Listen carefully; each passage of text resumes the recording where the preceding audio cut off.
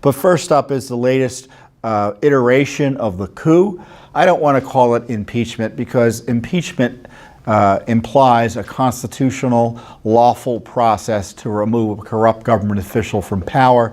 In the case of the Democratic House, they have concocted a pretext to target the president with a pretend impeachment that has no basis, no good faith basis, and hasn't even been endorsed by the full House as required by the House's own rules. And so when you're involved in abusing your power to remove a duly elected public official, in my view, that's a coup. So you can't give them the credence or the constitutional cover of impeachment when talking about the latest attacks on President Trump.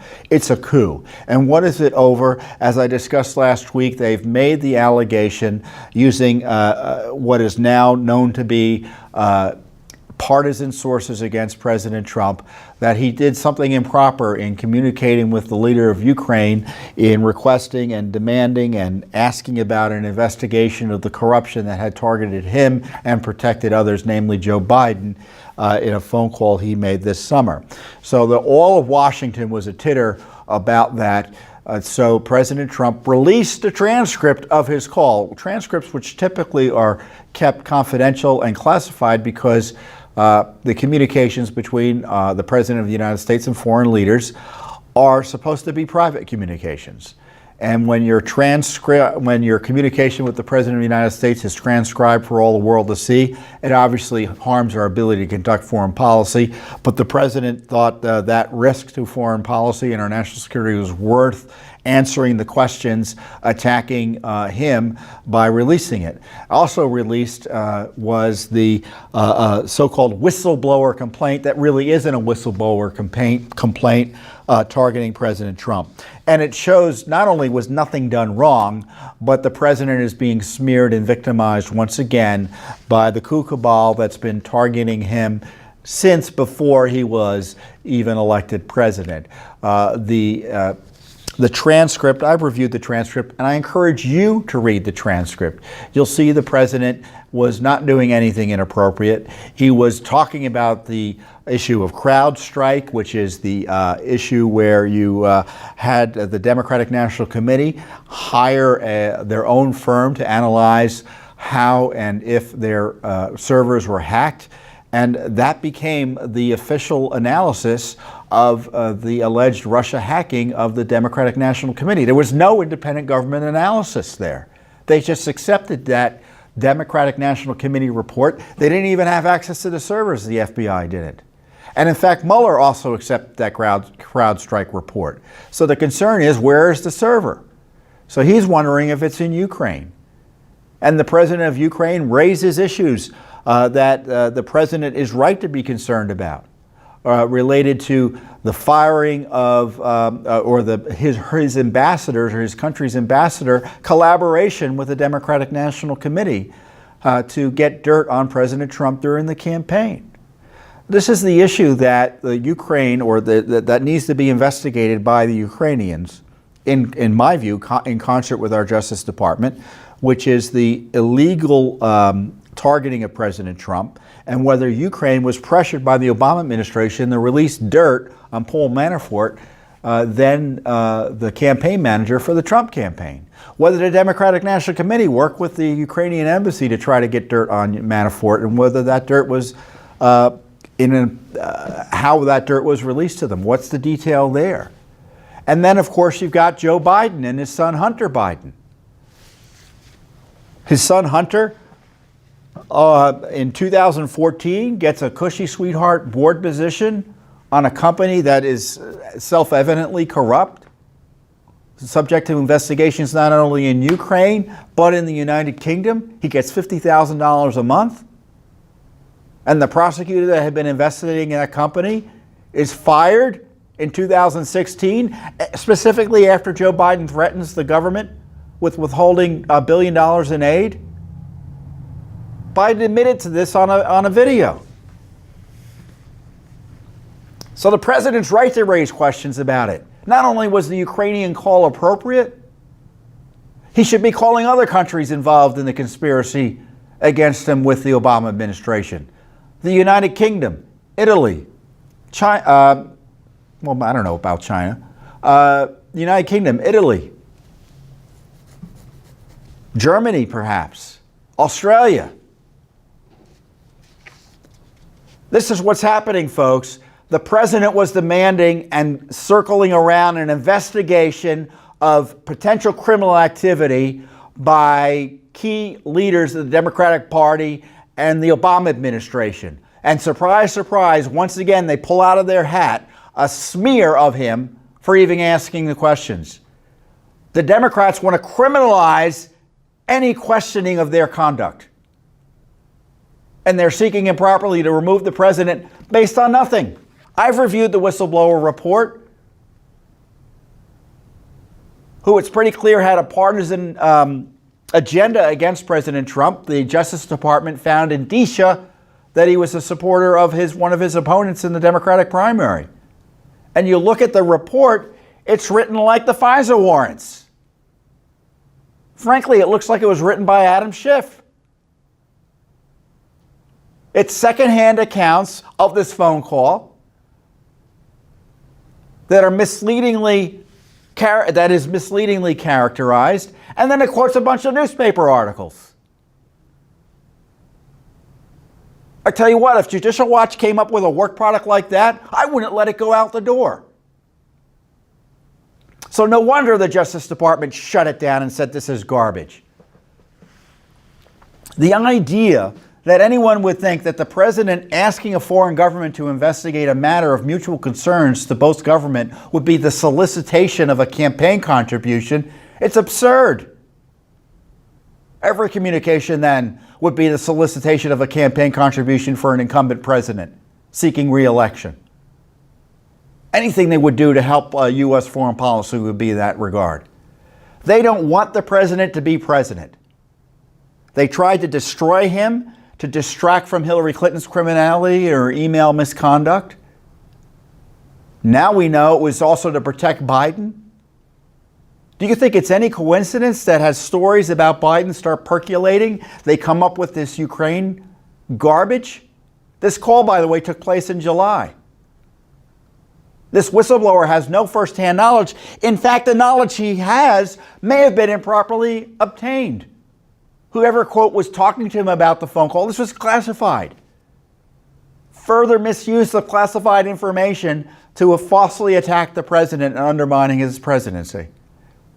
I've called it before, and I'll call it once again, a malicious, seditious conspiracy against the President of the United States and our constitutional republic. And it's being furthered by Democrats on the Hill, whose political party operation is also implicated in this criminal enterprise. Because remember, the Democratic National Committee was also paying the spy masters, the spy ring against President Trump, and coordinating with the Obama administration on targeting him, and taking illicitly classified information from the State Department. We proved the documents. We've got the documents. We proved it, showing they were shoveling classified information to their friends on the Hill.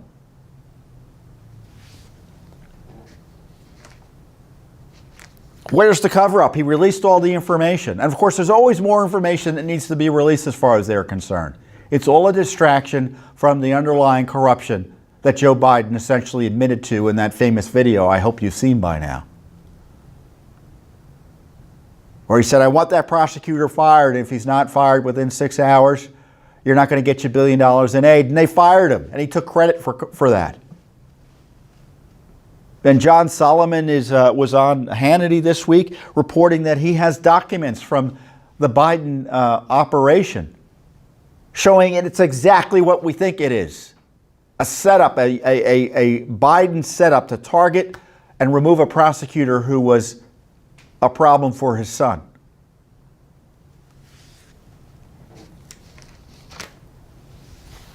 The president is under attack. I mean, he is meeting with foreign leaders in the United Nations,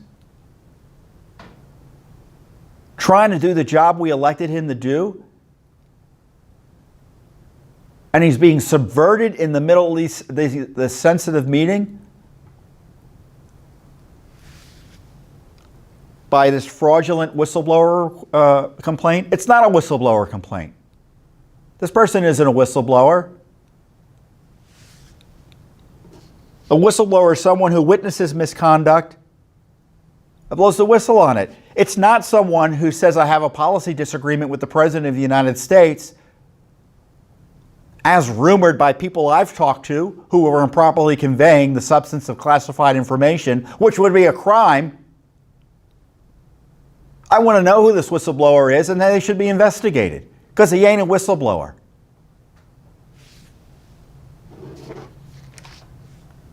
And I don't know what the, and I tell you what, isn't it interesting? Isn't it interesting that this material was released as quickly as it was? Classified material, almost immediately declassified, that transcript.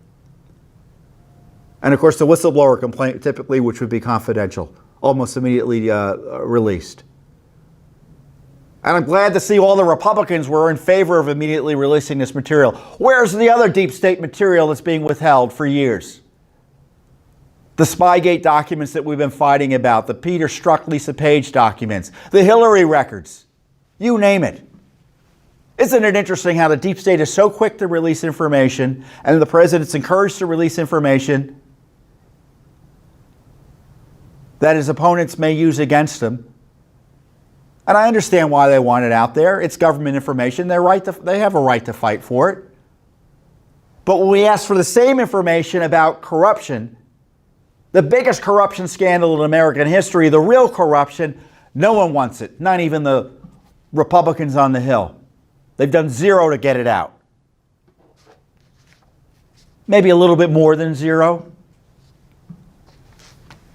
But it's Judicial Watch who's doing all this heavy lifting on this. It's outrageous. We're happy to do it. We're happy to do it. But it's outrageous that Congress is out to lunch on this basic oversight related to this assault on our president. And this is not about whether I agree with the president's policies or not, or whether you like him personally or not.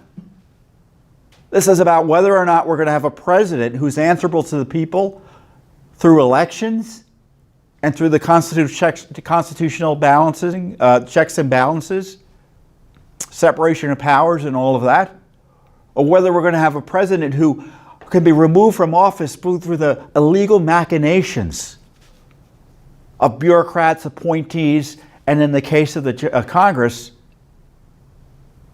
further affecting the coup operation that was begun against him, initiated by the Obama administration, continued by holdovers in the Trump administration, and frankly, some of his own appointees.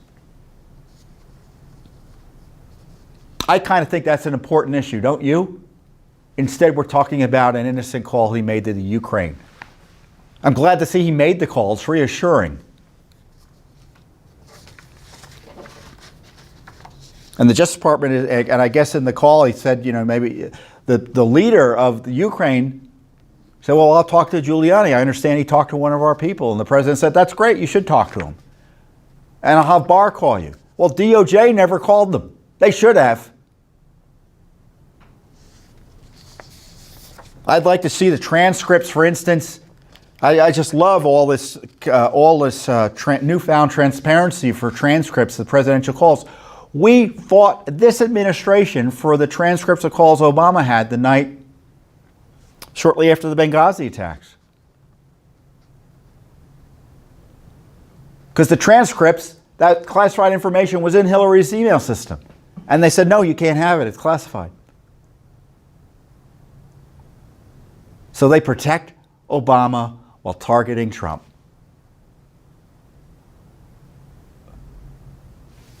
And this Adam Schiff, who is, I think, running this operation,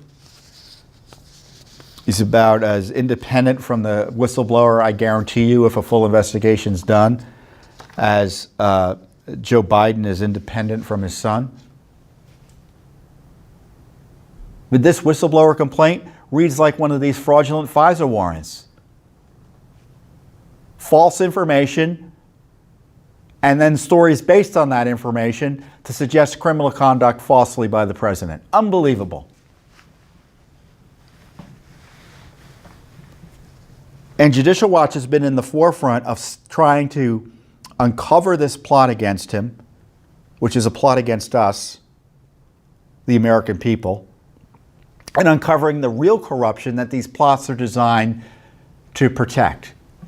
Because they were targeting Trump during 2016 to protect Hillary Clinton, and they're targeting Trump right now to protect Joe Biden. And they want to freeze the Justice Department, as they did under the Mueller investigation from going after Hillary Clinton. Remember, she's largely been exempted from any scrutiny because Mueller was running the show at the Justice Department. And now they want to make it impossible to investigate the Biden scandal.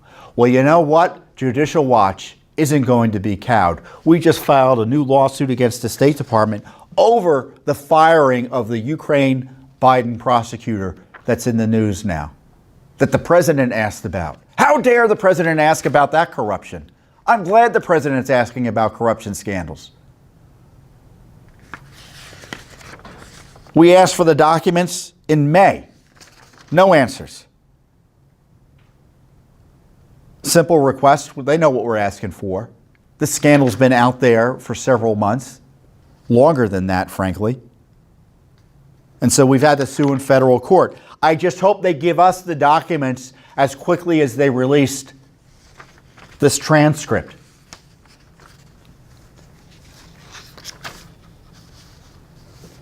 And by the way, I just hope there's some transparency in Congress. If I were the president, I would push back on Congress. Do you know that Congress is not subject to the Freedom of Information Act? I've said it before. It's worth saying again. So Adam Schiff, you can't ask any questions of Adam Schiff. You can't ask any questions of Nancy Pelosi, Jerry Nadler, or if you're a Democrat, Andy McCarthy or Mitch McConnell. Judicial Watch is nonpartisan. We have lots of questions for members of both parties if FOIA applied to Congress. As I've said repeatedly, and Judicial Watch has the documents, Congress is implicated in all of these scandals attacking President Trump, the coup cabal. And the president, I think, should call on Congress to be covered by FOIA.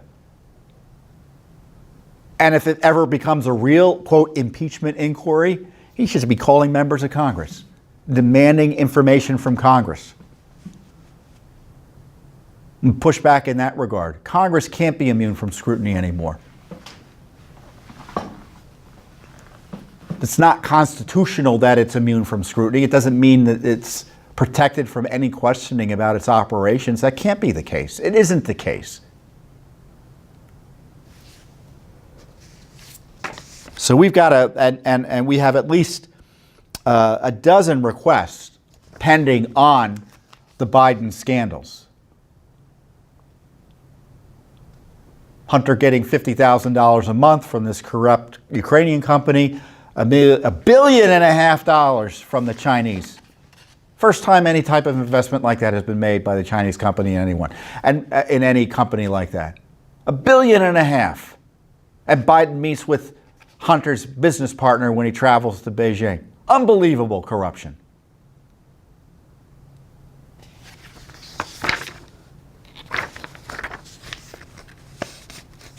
I'll tell you, this is a test for the Democratic Party. Because you've got Biden's corruption that is uninvestigated. And are they just willing to protect him no matter what he does? You got the Obama administration misusing its powers to target its political opponents. They weren't just saying, hey, we should investigate this scandal generally. They were looking for dirt and running a spy operation, not only using domestic intelligence sources, but they were working with foreign governments to spy on the Trump team.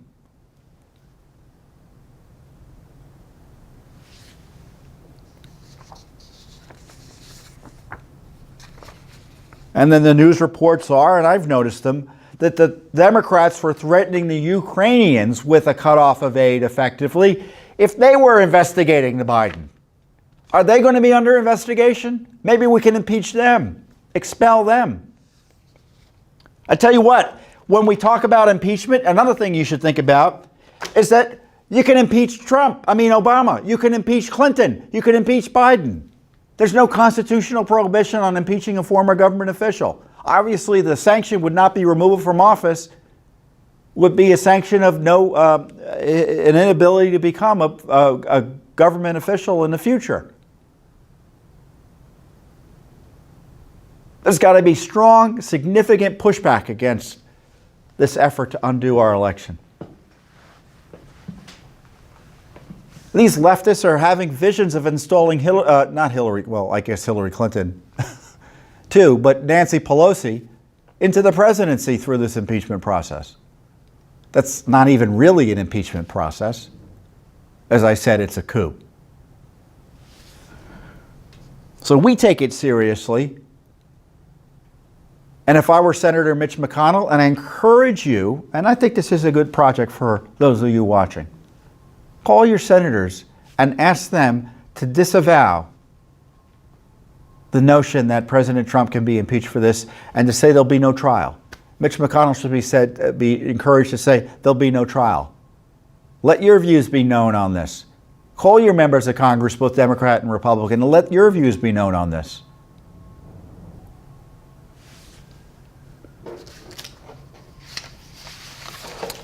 This is a serious issue, folks. I've been trying to call attention to it. The other side will not stop. The deep state will not stop. I've said it once, I'll say it again. President Trump is the whistleblower in chief, and he is being retaliated against for blowing the whistle on the corruption of the prior administration, the corruption generally of the deep state. No president in recent memory has talked about corruption of those who, in a fair way and an accurate way, as President Trump has. Usually Republicans get elected and they just ignore anything that happened before them. They don't want to go over it again. President Trump has said this is wrong. This corruption's wrong. And they want to go after him as a result. He's the whistleblower